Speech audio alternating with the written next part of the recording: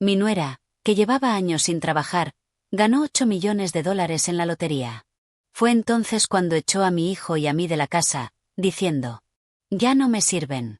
No los necesito más». Solté una risa tan fría que podría cortar el aire. «¿Acaso leíste el nombre que aparece en el boleto, querida? Me alegra que estés aquí. Quédate hasta el final de mi historia y coméntame desde qué ciudad la estás viendo. Así sabré hasta dónde ha llegado». Jamás pensé que el sonido de mi propia puerta cerrándose sería la señal de que todo lo que creía conocer sobre mi familia había terminado. Pero ahí estaba yo, de pie en el porche de la casa que había llamado hogar durante 3 años, con mi maleta a los pies, tocando una puerta que de repente se sentía ajena. «¿Me escuchaste bien, Fay?». La voz de Yara cortó el aire de la tarde como un vidrio roto. «Hagan sus maletas y váyanse. Los dos». Mi hijo, Jude, estaba junto a mí, pálido como la nieve de invierno. Ninguno de los dos se movió. No podíamos. Sus palabras flotaban en el aire como si fueran de un idioma que no entendíamos. «Yara, ¿de qué estás hablando?», dijo Jude, con la voz quebrada como cuando tenía 13 años y me preguntaba por qué su padre nos había dejado. «Esta es nuestra casa». Ella rió. Era una risa que nunca le había escuchado. Afilada, helada, nada que ver con las dulces carcajadas que soltaba cuando yo le llevaba el café a la cama cada mañana, durante 3 años. «Tu casa», levantó un papel agitándolo como si fuera una bandera de victoria. «Este boleto de lotería acaba de hacerme $8 millones más rica». «8 millones, Jude. ¿Sabes lo que eso significa?». Sentí que las rodillas me fallaban. Recordé haberla visto comprarlo el martes pasado en la gasolinera, mientras yo llenaba el tanque. Ella se quejaba otra vez de que no tenía dinero para la compra, y yo le había dado un billete de 20, como tantas otras veces. «Significa que ya no los necesito. A ninguno de los dos». Sus ojos se clavaron en mí con un odio tan puro que me dejó sin aire. «Especialmente a ti, vieja. ¿Crees que no sé cómo me miras? Como si fuera un caso perdido que recogiste de la calle».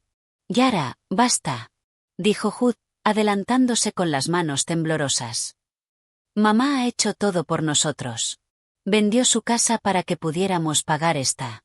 Ha estado pagando la hipoteca, los recibos, la comida». «Exacto», su voz subió a un grito. «Nos ha controlado con su dinero, haciéndonos sentir culpables, dependientes. Pues adivina qué, ya no soy la obra de caridad de nadie». Encontré mi voz, aunque apenas fue un susurro. «Nunca te hice sentir así. Ayudé porque eres familia». «¿Familia?». Se acercó tanto que pude ver el rímel corrido por lágrimas de rabia. «¿Quieres saber lo que pienso de la familia, Fay? Eres una vieja amargada que no soporta ver a su hijo feliz con otra persona. Te mudaste aquí para vigilarnos, para controlarnos, para que yo nunca sintiera que esta era realmente mi casa». Cada palabra me golpeaba como un puñetazo. Pensé en todas las mañanas que me levanté temprano para hacer el desayuno antes de que ella se despertara. En todas las veces que cuidé de sus 2 hijos de su relación anterior mientras ella dormía hasta el mediodía. En las entrevistas de trabajo a las que la llevé, esperando horas en el coche, mientras fingía buscar un empleo que nunca pensó aceptar. «Eso no es verdad». Mi voz sonó más firme, aunque mis manos temblaban. «Me mudé porque tú me lo pediste. Dijiste que necesitabas ayuda con los niños y con las cuentas. Dije lo que tenía que decir para sobrevivir», gritó. «¿Crees que quería depender de ti? ¿Que disfrutaba que vigilaras cada paso que daba, que juzgaras todo lo que hacía? Jugué el juego porque no tenía opción, pero», agitó el boleto otra vez, «ahora ya no tengo que fingir». Jude parecía fulminado por un rayo. «¿Estuviste fingiendo todo este tiempo? Ay, por favor, madura, Jude. ¿En serio creías que me encantaba pasarme el día en esta casa escuchando las historias de tu madre sobre su trabajo, sus amigos, su vida perfecta antes de que nosotros la arruináramos? ¿Qué disfrutaba las cenas familiares en las que insinuaba que yo debería buscar más trabajo? Nunca dije eso», susurré. Pero mientras las palabras salían de mi boca, me pregunté si, tal vez, había hecho algún comentario sin darme cuenta. «No hacía falta que lo dijeras». Su risa ahora era amarga. Lo veía en cada mirada, en cada suspiro cuando pagabas otra factura. En cada vez que te ofrecías a llevar a los niños a algún lado porque pensabas que yo no hacía lo suficiente. Sentí algo romperse dentro de mí. No era mi corazón exactamente, sino algo más profundo, algo que tardó 66 años en construirse y que se desmoronaba en minutos. Yara, por favor. La voz de Hood sonaba desesperada. Aunque sientas eso por mamá, ¿qué hay de nosotros? ¿De nuestro matrimonio?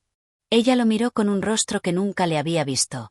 Frío, calculador, como si lo viera por primera vez. ¿Qué hay de él, Hood? ¿Crees que no sé que solo te casaste conmigo porque estaba embarazada? ¿Que no sé que te sentiste atrapado? Yo también lo estuve, con un hombre que corre con su mamá cada vez que hay un problema, fingiendo estar agradecida con una mujer que me hizo sentir una carga cada día. Ya basta, dije, con una fuerza que me sorprendió incluso a mí. ¿Quieres que nos vayamos? Bien. Pero no reescribas la historia para justificar esta traición. ¿Traición? Sus ojos se entrecerraron. ¿Y el modo en que has controlado esta casa desde el primer día? ¿El modo en que me hiciste sentir invitada en mi propio hogar? Esta nunca fue tu casa. Las palabras salieron antes de que pudiera detenerlas. Yo la compré. Yo pago la hipoteca. Pago todo mientras tú te pasas el día inventando excusas para no trabajar. Ahí está, sonrió con triunfo. La verdadera Fay, la que lleva la cuenta de todo. Felicidades, acabas de darme la razón. Me sentí ahogando. Cada sacrificio, cada gesto de ayuda, torcido y convertido en algo feo y manipulador. ¿Cómo había pasado de ayudar a mi familia a convertirme en la villana? Mamá, susurró Hood. Cuando lo miré, vi algo en sus ojos que me heló, duda. No me mires así, dije, apenas en un hilo de voz. No me digas que le crees. Él abrió la boca, la cerró, volvió a abrirla. No sé qué creer. Esas 7 palabras terminaron lo que Yara había empezado. Sentí que algo dentro de mí simplemente se detuvo. Dejé de luchar, de explicar, de esperar. Está bien, tomé mi maleta, con las manos más firmes de lo que habían estado en toda la noche. Me voy. Pero, Hood, cuando te des cuenta de lo que has perdido hoy. Mientras caminaba hacia mi coche, escuché la voz de Yara, dulce como veneno. Maneja con cuidado, Fay. Y no olvides llevarte tus viajes de culpa. La última vez que escuché mi puerta fue distinta, no se cerró de golpe, solo se cerró. Final. Absoluto. Como el final de una vida que creí que duraría para siempre. Me quedé en el coche, en el estacionamiento de una cafetería 24 horas, con las manos aferradas al volante, aunque llevaba 20 minutos sin arrancar. No podía entrar. No podía enfrentar la realidad de que no tenía a dónde ir. Mi teléfono vibró. Un mensaje de mi vecina Margaret. Te vi salir con maletas, ¿todo bien? Miré las palabras hasta que se volvieron borrosas. ¿Cómo explicas que tu vida entera se desmoronó en 15 minutos? ¿Cómo le dices a alguien que la familia por la que lo diste todo te ha tirado a la basura como si fueras un periódico viejo? En vez de responder, empecé a deslizar las fotos del teléfono. Me detuve en una de hace 3 años, la boda de Hood y Yara. Ahí estaba yo, sonriendo junto a ellos, con el vestido azul que había comprado para ese día especial. Recuerdo sentirme tan agradecida de que mi hijo hubiera encontrado a alguien que parecía amarlo. Pero ahora, al mirar la foto, vi detalles que antes pasé por alto. La sonrisa de Yara no le llegaba a los ojos. Estaba ligeramente apartada de Hood y de mí, como si ya estuviera planeando su huida. Debí verlo venir.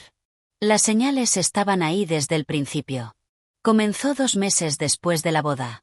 Yara apareció en mi apartamento, con lágrimas corriéndole por las mejillas, cargando a su hija Emma, de 2 años, mientras Marcus, su hijo de 4, se aferraba a su pierna. Fay, perdón por molestarte, dijo con voz temblorosa. Pero mi casero me está desalojando.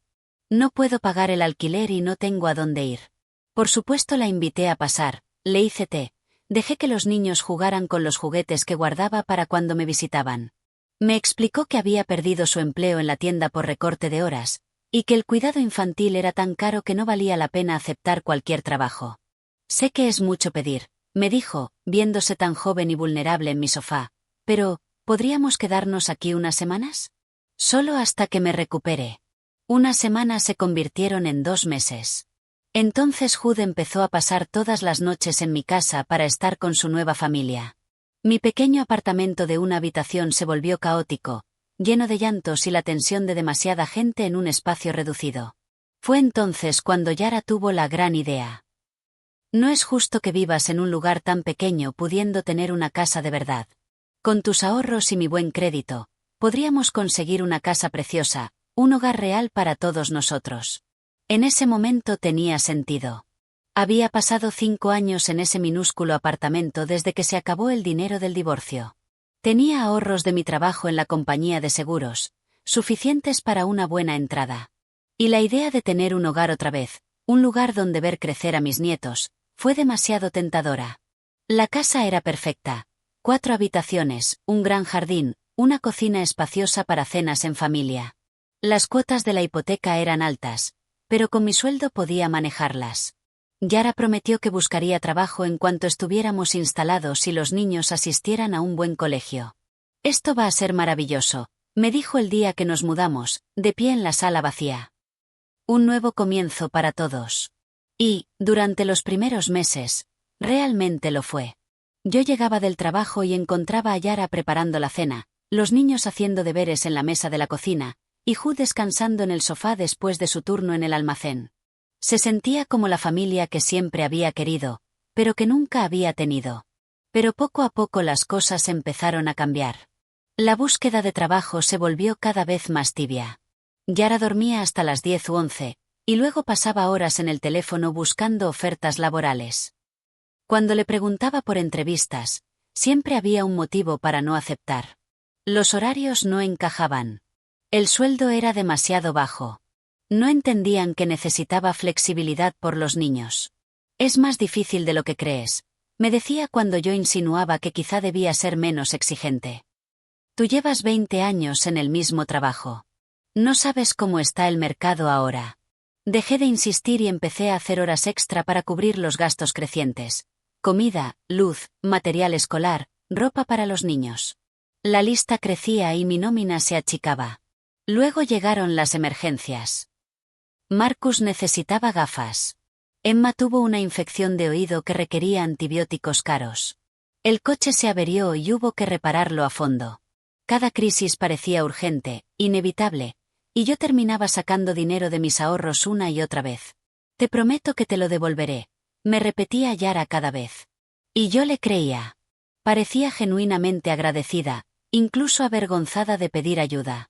Me abrazaba fuerte y me decía que yo era una bendición, una suegra ejemplar, una santa.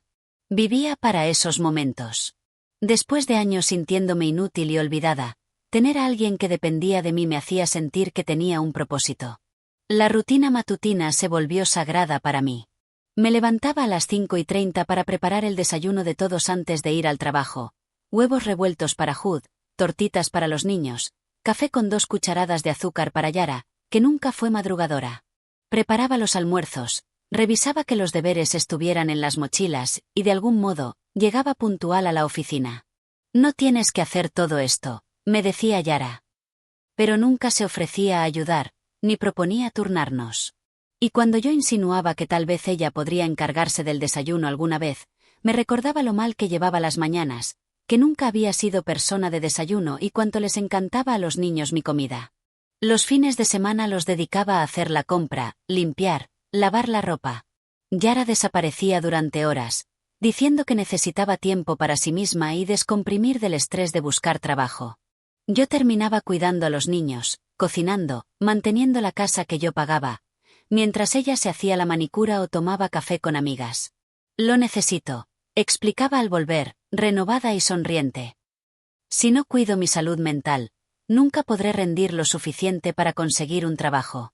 Y sonaba tan razonable. Todo en Yara sonaba razonable cuando ella lo explicaba. Tenía una habilidad para que sus necesidades parecieran urgentes y mis preocupaciones, triviales. El punto de quiebre debió ser la última Navidad. Llevaba semanas planificando, comprando y cocinando para la reunión familiar que habíamos decidido hacer en casa. Yara había prometido ayudar, pero la mañana de la fiesta se levantó con migraña. Lo siento tanto, murmuró sin levantar la cabeza de la almohada. Creo que es estrés. Ya sabes cómo me ponen nerviosa estas reuniones. Así que me ocupé sola de todo. cocinar para 12 personas, preparar la mesa, servir, recoger, mientras ella permanecía en cama. Cuando su hermana Carol elogió la comida, Yara bajó de pronto, radiante, y aceptó los halagos como si hubiera hecho la mitad del trabajo. Fay y yo somos un gran equipo, dijo, pasándome un brazo por los hombros. No sé qué haría sin ella. Y yo, me sentí orgullosa. Útil. Como si estuviera exactamente donde debía estar. Ahora, sentada en el estacionamiento de ese restaurante con todas mis cosas en el maletero, podía ver cuán bien me había jugado. Cada crisis, cada momento de vulnerabilidad, había estado calculado para mantenerme dando, para que creyera que me necesitaban, para que no hiciera las preguntas incómodas. Lo peor no era el dinero. Ni siquiera la traición. Era darme cuenta de que, durante 3 años, había vivido una mentira. Que cada cena, cada risa compartida, cada instante de gratitud por esta segunda oportunidad de tener una familia, se había sostenido sobre una manipulación tan hábil que yo nunca la vi venir. Mi teléfono volvió a vibrar. Era Jude. Mamá, ¿dónde estás? Tenemos que hablar. Miré el mensaje un largo rato antes de apagar el teléfono. Fuera lo que fuera que quisiera decirme, no estaba lista para escucharlo. No esa noche. No hasta averiguar cómo reconstruir una vida que acababa de ser demolida por las personas en las que más confiaba. Había pasado 5 días en el Comfort Inn cuando me crucé con la señora Patterson en el supermercado. Había sido mi vecina durante 3 años. De esas mujeres que siempre saben todo de todos, pero lo hacen parecer preocupación genuina. Fay, su voz tenía ese tono de quien no sabe si debe dar el pésame o felicitar. Me he enterado de tu buena suerte. Me detuve en el pasillo de los cereales, con una caja de avena en la mano. ¿Mi qué? La lotería, querida. Yara lo contó en la reunión de la asociación de vecinos. 8 millones. ¿Te lo imaginas? Sus ojos brillaban de emoción. Dijo que había sido tan generosa al darles la casa y mudarte a un hotel mientras buscabas un lugar más acorde a tu nuevo estilo de vida. La caja de avena se me cayó de las manos y golpeó el suelo con un ruido seco. ¿Qué dijo? Ay, espero no haber arruinado alguna sorpresa. Patterson parecía incómoda. Ella estaba tan orgullosa contando que les diste su independencia, ahora que el dinero ya no era un problema. Qué suegra tan considerada, siempre poniendo a la familia primero. Sentí que la sangre me abandonaba. ¿Qué exactamente te contó? Ella dudó, notando que había pisado terreno peligroso. Bueno, dijo que habías ganado la lotería y les regalaste la casa para que pudieran sentir que era realmente suya. Que estabas tan agradecida de poder hacerlo, y que ahora todos podrían ser felices e independientes. El supermercado empezó a darme vueltas. Yara no solo me había robado la casa y la familia, también me había robado la reputación. Había reescrito la historia para presentarse como la nuera agradecida por mi generosidad, en lugar de la mujer manipuladora que me echó sin dejarme dónde ir. También dijo que estabas viendo apartamentos en Florida, añadió Patterson, bajando la voz. Que siempre habías querido retirarte a un lugar cálido. Jamás había mencionado Florida. Ni una sola vez. Pero era el tipo de detalle que hacía creíble la historia. El tipo de mentira que explicaría por qué una mujer de 66 años desaparecería de repente del vecindario. Fay, ¿estás bien? Preguntó, al verme pálida. Me agaché para recoger la avena, con las manos temblando tanto que apenas podía sostener la caja. Estoy bien, solo cansada. Pero no estaba bien. Mientras terminaba mis compras como en un trance, entendí que Yara había hecho algo mucho más devastador que echarme. Había creado un relato donde ella era la víctima de mi excesiva generosidad. Un cuento que me pintaba como la mujer adinerada que, finalmente, dejaba que la pobre joven familia caminara sola. Brillante, y absolutamente destructivo. Esa noche me llamó mi hermana Janet desde Phoenix. Nunca fuimos muy unidas, pero hablábamos cada pocos meses. Fay, acabo de hablar con la prima Linda y me dijo que Margaret le contó que ganaste la lotería. ¿Es cierto? ¿Por qué no me llamaste? Cerré los ojos, sentada en el borde de la cama del hotel que ahora era todo mi mundo. Janet, no fue así. ¿Cómo que no? Linda dijo que tu nuera publicó en Facebook lo agradecida que estaba por tu generosidad. Que les diste la casa y estabas empezando una nueva etapa. Publicado en Facebook. Por supuesto que lo había hecho. Yara se estaba asegurando de que su versión de la historia corriera como pólvora, fijándola en la mente de todos los que nos conocían. ¿Puedes ver la publicación? Pregunté, aunque temía la respuesta. No tengo Facebook, pero Linda me la leyó. Sonaba tan dulce. Fay. Hablaba de lo maravillosa suegra que has sido, de cómo los apoyaste en los momentos difíciles y de lo emocionada que estaba de que por fin pudieras disfrutar de tus ganancias sin preocuparte por nadie más. Sentí náuseas. Yara había tomado cada momento genuino de nuestra relación y lo había convertido en un arma contra mí. Cada sacrificio que hice, cada factura que pagué, cada vez que antepuse sus necesidades a las mías, ahora era presentado como los gestos de una mujer adinerada que, finalmente, había decidido dejar de jugar a ser benefactora. Janet, escúchame bien, le dije. Yo no gané la lotería. La que la ganó fue Yara. Y me echó de la casa que he estado pagando. Estoy viviendo en un hotel. El silencio al otro lado se alargó tanto que pensé que la llamada se había cortado. Fay, eso no tiene sentido. ¿Por qué inventaría algo así, Linda? ¿Y por qué tu nuera mentiría en Facebook? Porque está encubriendo lo que realmente hizo. Otra pausa larga. Cariño, ¿te sientes bien? Esto suena. No sé, ¿estás segura de que no estás confundida con algo? Ni siquiera mi propia hermana me creía. La versión de Yara era mucho más fácil de digerir que la verdad. ¿Quién quiere creer que una joven madre podría ser tan cruel con la mujer mayor que sostuvo a su familia? ¿Quién quiere pensar que alguien podría ser tan calculador, tan manipulador? Las mentiras eran más fáciles de aceptar que la realidad. En los días siguientes empecé a notar las miradas. La cajera del supermercado, que siempre había sido amable, ahora estaba distante. La mujer de la tintorería, con quien solía charlar sobre sus nietos, apenas me miraba a los ojos. La historia corría por la comunidad, y yo no era la heroína. Margaret me llamó directamente el jueves por la tarde. Fay, estoy confundida. He escuchado versiones distintas de lo que pasó entre tú y Yara, y no sé qué creer. Sentí una pequeña chispa de esperanza. ¿Qué has oído? Bueno. Yara vino ayer a pedirme un favor. Estaba llorando, diciendo que se sentía fatal por cómo se dieron las cosas con tu mudanza. Contó que había sido tan generosa con el dinero de la lotería, pero que había cierta tensión porque ella y Hood querían sentirse más independientes. La esperanza murió tan rápido como había aparecido. Dijo que te había dolido que no quisieran que te quedaras para ayudar a manejar el dinero, que lo tomaste como un rechazo cuando en realidad solo querían demostrar que podían manejarse por sí mismos. La voz de Margaret era cautelosa, como si tratara de no tomar partido. Me pidió que te llamara para saber si estabas bien, porque estaba preocupada de que te sintieras abandonada. ¿Y qué le dijiste? Le dije que te vi salir con maletas y que parecías molesta. Entonces empezó a llorar más y dijo que quizá no lo manejaron bien, pero que estaban tan abrumados por el dinero y la atención que tomaron malas decisiones. Cerré los ojos.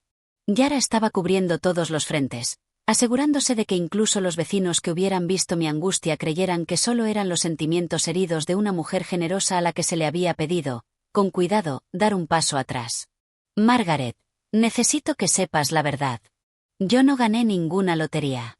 He estado pagando esa casa durante 3 años. Yara ganó el dinero y me echó porque ya no me necesitaba. El silencio al otro lado fue ensordecedor. Fay, dijo finalmente Margaret, con voz suave pero incrédula. Es una acusación muy seria. ¿Estás segura de que no estás malinterpretando algo? ¿Tal vez hubo un malentendido sobre el dinero? No hubo ningún malentendido. Me dijo exactamente lo que pensaba de mí y porque ya no me necesitaba. Pero, cariño, ¿por qué se tomaría la molestia de inventar una historia tan elaborada sobre tu generosidad? ¿Por qué no decir simplemente que discutieron? Porque Yara entendió algo que yo apenas empezaba a comprender.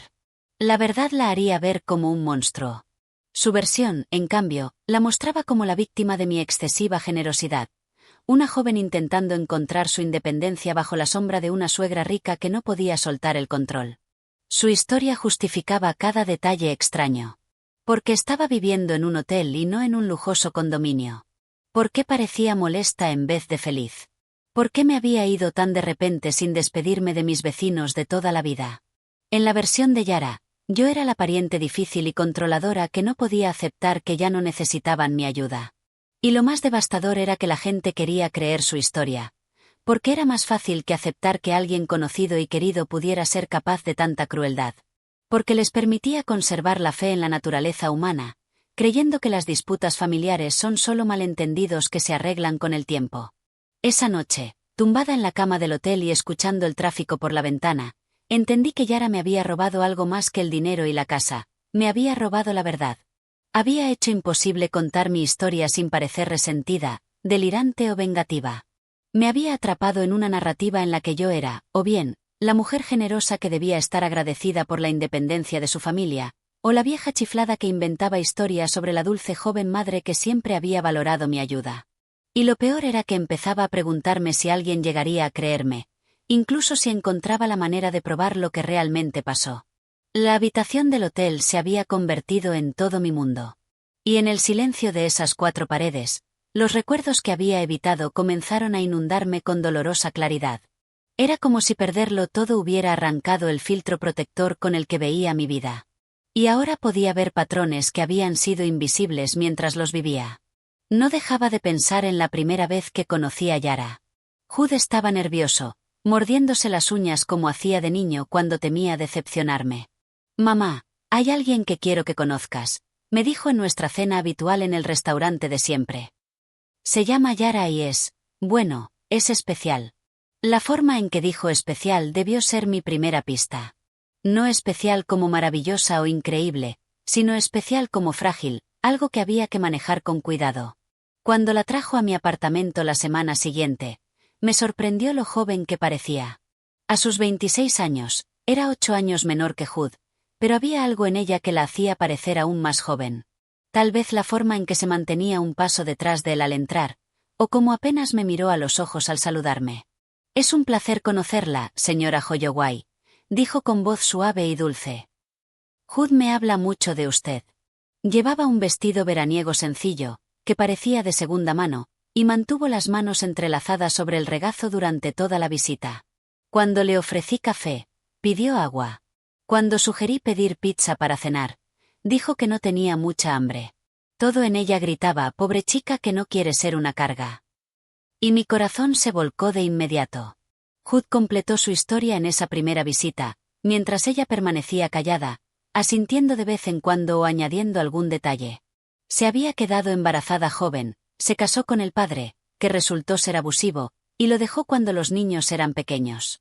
Desde entonces luchaba por salir adelante, trabajando en tiendas cuando podía encontrar quien cuidara de los niños, viviendo en apartamentos baratos. «Ha pasado por mucho, mamá», me dijo Hood, mirándola como si fuera de cristal, «pero es la persona más fuerte que conozco». Yo quería quererla aún más. Quería protegerla. Era una joven que había tenido una vida difícil, que había sido defraudada por los hombres que debían cuidarla, y mi hijo la miraba como si colgara la luna. Pero incluso entonces, algo me pareció extraño. No podía señalar que, solo una sensación de que la historia era demasiado perfecta. La madre soltera luchadora, el exmarido abusivo, los 2 niños hermosos que necesitaban estabilidad. Parecía un guión hecho para despertar todos mis instintos maternales. Aún así, aparté esas dudas, diciéndome que era paranoia. Quizá me sentía amenazada por la presencia de otra mujer en la vida de Hood. Quizá temía perder mi lugar como la mujer más importante para él. La segunda vez que la vi, era otra persona. Segura, habladora, con opiniones sobre todo, desde el restaurante que habíamos elegido hasta la película que vimos después. Habló de sus sueños de volver a estudiar, quizá diseño de interiores o educación infantil. «Quiero hacer algo de mí misma», dijo con los ojos llenos de ambición. «Quiero que mis hijos estén orgullosos de mí».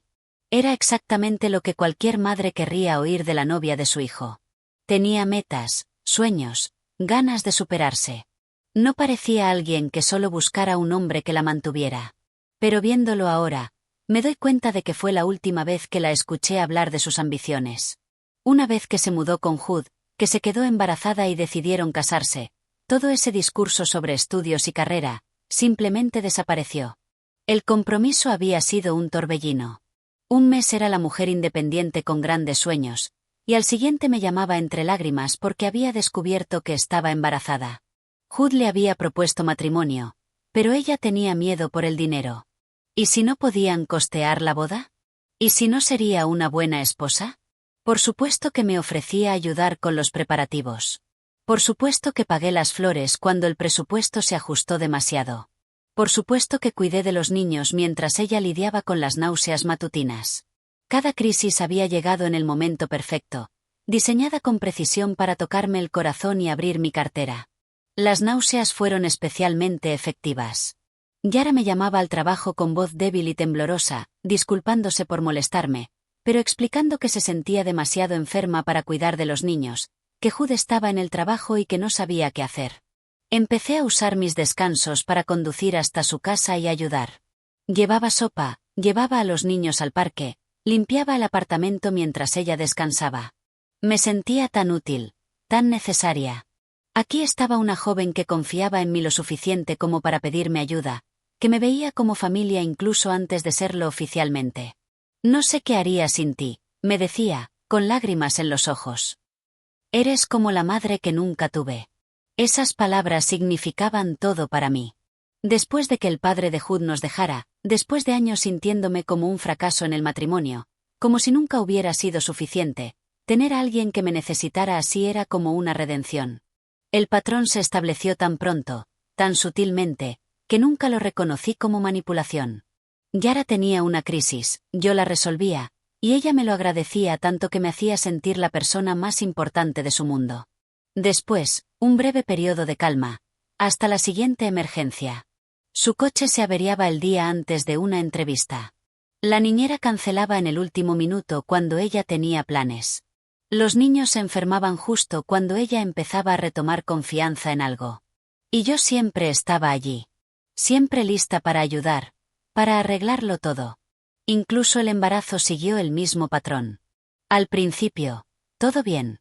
Luego, de repente, complicaciones, estrés, reposo absoluto. Claro, alguien tenía que cuidar a los otros niños. Claro, alguien tenía que encargarse de las citas médicas y la compra. Me siento tan culpable por pedirte todo esto, decía. Pero igual lo pedía. Y yo igual lo hacía. Porque, ¿qué clase de persona sería si dejara que una mujer embarazada y 2 niños pequeños pasaran dificultades pudiendo ayudar? La manipulación había sido tan suave, tan envuelta en afecto, que parecía devoción familiar más que explotación. Cada vez que dudaba si estaba haciendo demasiado, Yara tenía otro momento de vulnerabilidad que me recordaba porque me necesitaba.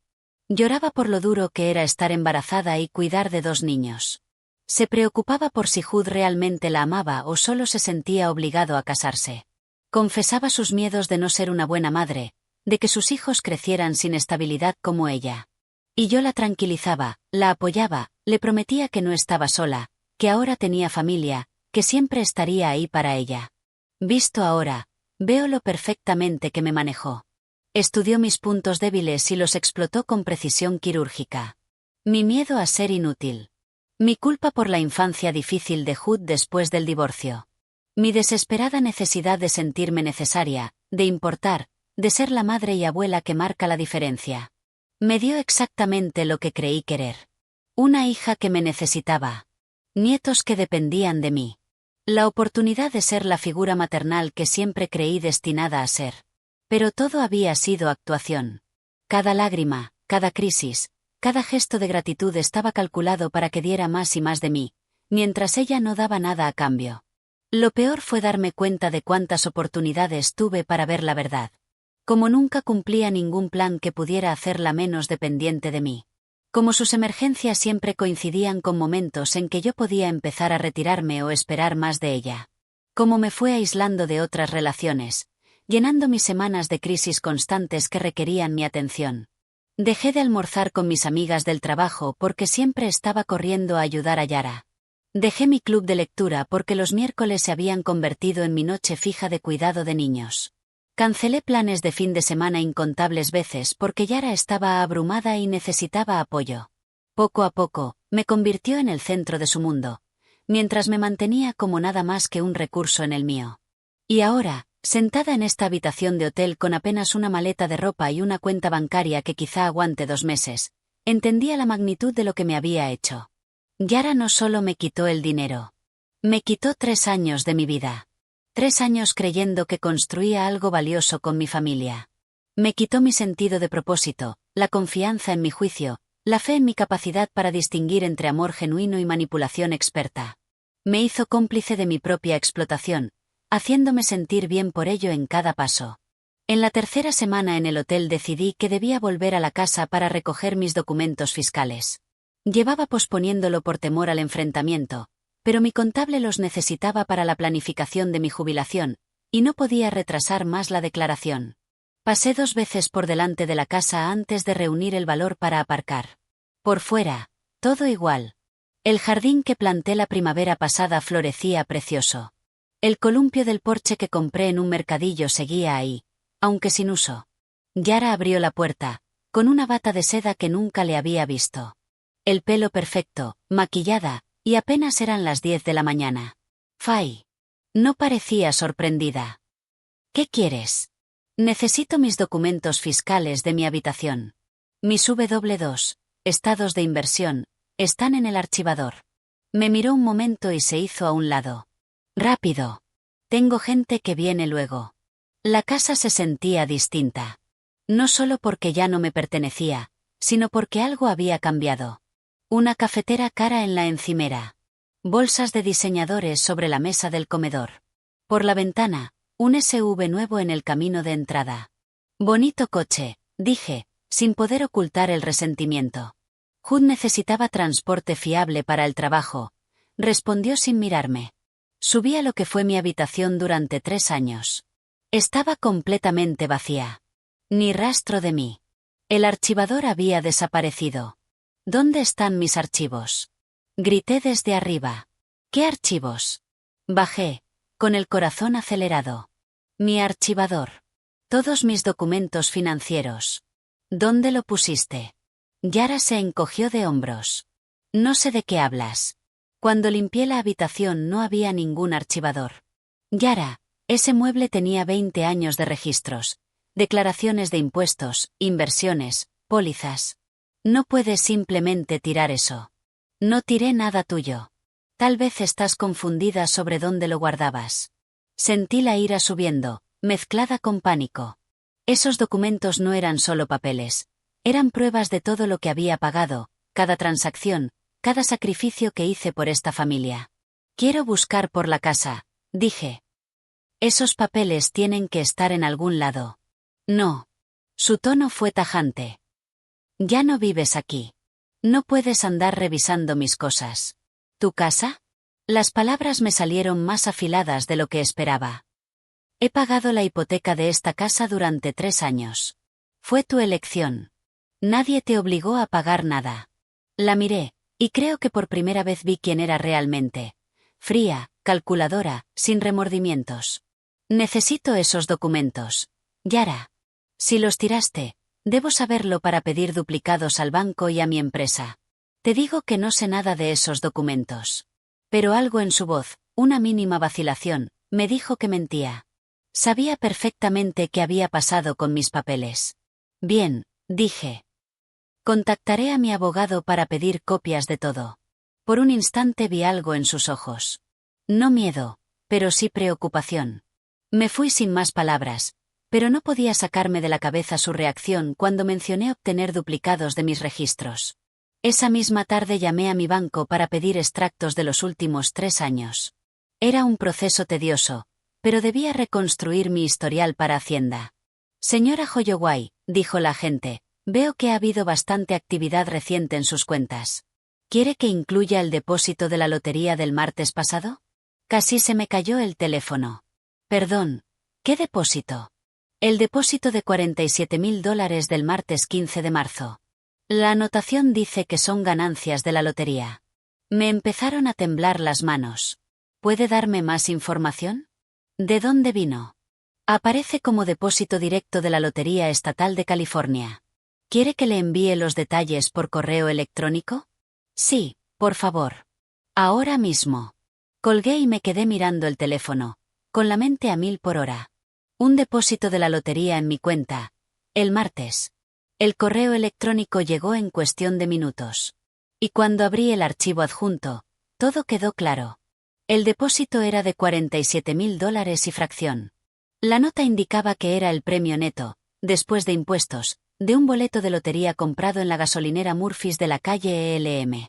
Venía el número de boleto y la fecha de compra. 1 de marzo, el mismo día que le di a Yara $20 para gasolina mientras yo llenaba el depósito. Pero ese no era el detalle más importante. Lo verdaderamente importante estaba en la sección de información de la cuenta. El boleto ganador había sido comprado con mi tarjeta de débito. Me quedé mirando el documento una y otra vez. Yara lo había comprado con mi dinero, usando mi tarjeta, lo que significaba que, legalmente, el boleto me pertenecía a mí. Pero había reclamado el premio de $8 millones como suyo. ¿Cómo era posible? Llamé a la línea de atención de la comisión de lotería y pasé por todos los menús automáticos hasta que logré hablar con una persona. Necesito verificar información sobre un boleto ganador, expliqué. Creo que pudo haber habido un error en el proceso de reclamación. Claro, ¿puede darme el número del boleto? Lo leí desde el extracto bancario. Sí, aquí está. Fue reclamado el 20 de marzo por... Hubo una pausa. Por Yara Hallow. ¿Tiene algún parentesco con la ganadora? Es mi nuera, pero el boleto fue comprado con mi tarjeta de débito, desde mi cuenta. ¿Tiene pruebas de eso? Sí.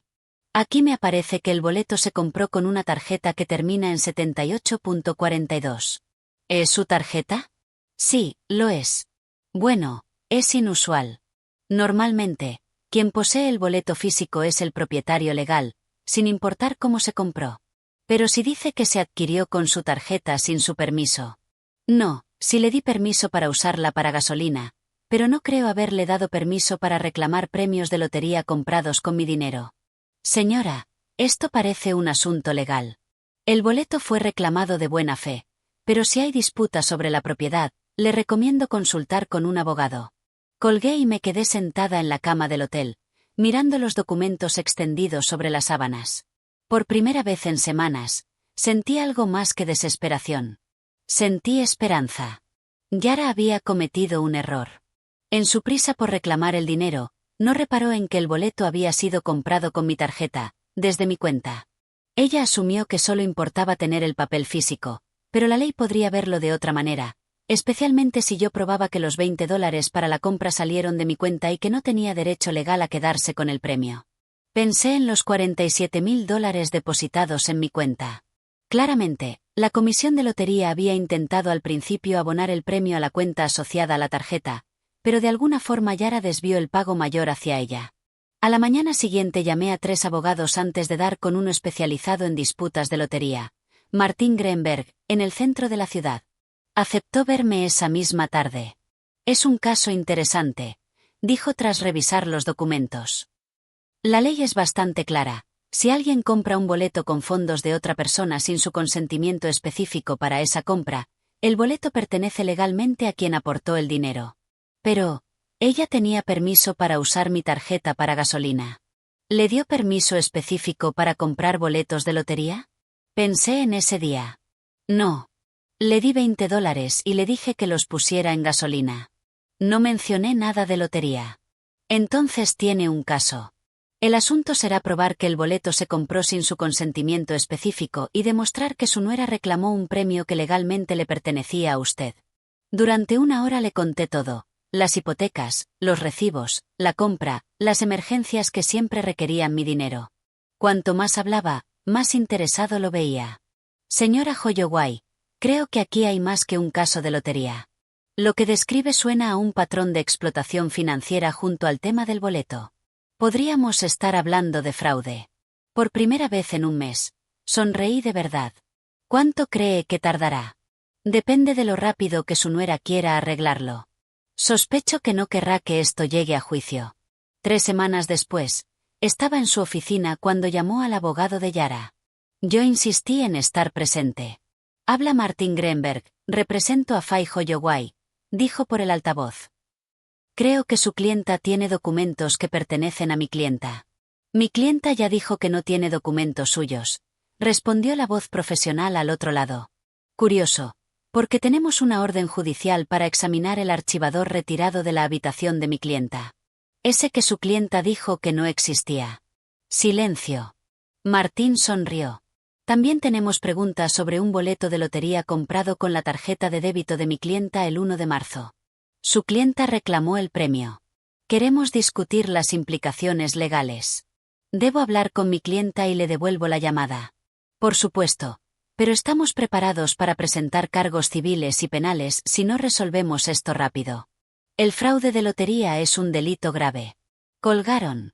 2 horas después, llamaron de vuelta. Mi clienta está dispuesta a negociar un acuerdo. La reunión se fijó para el viernes siguiente. Cuando Yara entró en la sala, apenas la reconocí, sin lujo, sin maquillaje caro, pálida y envejecida. Hood la acompañaba, con el rostro tenso. Martín abrió la conversación.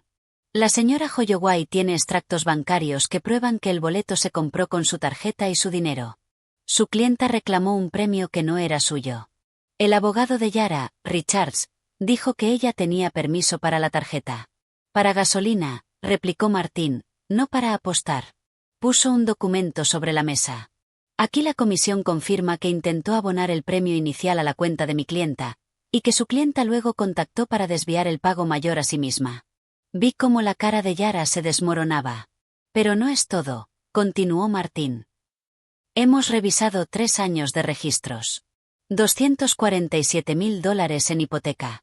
$18.000 en servicios. $31.000 en comida. $12.000 en gastos médicos de niños que no eran responsabilidad legal de mi clienta. En total, $342.000 invertidos en su familia, y cuando ya no necesitaban su ayuda, además le robaron el premio. Yara lloraba de verdad.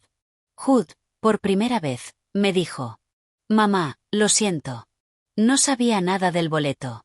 Pero no estaba lista para perdonarlo. Nuestra oferta es, dijo Martín, la señora Holloway acepta el pago total del premio de 8 millones, menos impuestos, y no presentará cargos ni reclamará los $342.000. Eso es razonable, dijo Richards. No hemos terminado. También quiere la casa. Silencio absoluto. La casa que ha estado pagando. Pueden recomprarla a valor de mercado o entregarla. No podemos sin el dinero, dijo Yara. Entonces tendrán que buscar otro lugar. Y una cosa más, intervine. Quiero mi archivador, completo. Yara asintió. Está en el garaje. Tenía miedo de que encontraras algo que probara que te debía dinero. Me debes $342.000 y 3 años de mi vida. Pero lo dejaré ahí si aceptas. Tras 1 hora más, Yara firmó, me transfirió el premio y la escritura de la casa. Yo renuncié a acciones legales. Al irse, Hood se acercó. Mamá, ¿podemos hablar? No, respondí. Tú eras mi hijo, pero me elegiste a ella cuando más te necesitaba. Se fue sin responder. 6 meses después, estaba en el columpio del porche de mi casa, ahora legalmente mía, viendo un atardecer naranja y rosa. El dinero estaba invertido. Nunca más tendría que preocuparme por lo económico. Yara y Hood vivían en un pequeño piso. Supe por Margaret que ella trabajaba por primera vez a jornada completa y que él hacía horas extra. Preguntaron si los dejaría visitarme, por los niños. No estaba lista. Tal vez nunca lo estaría. Aprendí algo en esas semanas en el hotel. Había pasado la vida intentando ser necesaria, comprando amor con sacrificios, olvidando mi propio valor. Y no lo necesitaba. El verdadero triunfo no fue el dinero, fue entender que yo era suficiente tal como soy. Margaret vino esa tarde con un pastel y chismes del vecindario. Yara preguntó si eras feliz. Pensé un momento. Dile que estoy en paz. Eso es más de lo que fui intentando hacer feliz a todos. Y era cierto. Por primera vez en mi vida adulta, vivía para mí. ¿Y si alguien llamaba a eso venganza? Yo lo llamaba justicia. Ahora te pregunto a ti. ¿Qué harías si estuvieras en mi lugar? ¿Has vivido algo parecido? Déjamelo en los comentarios.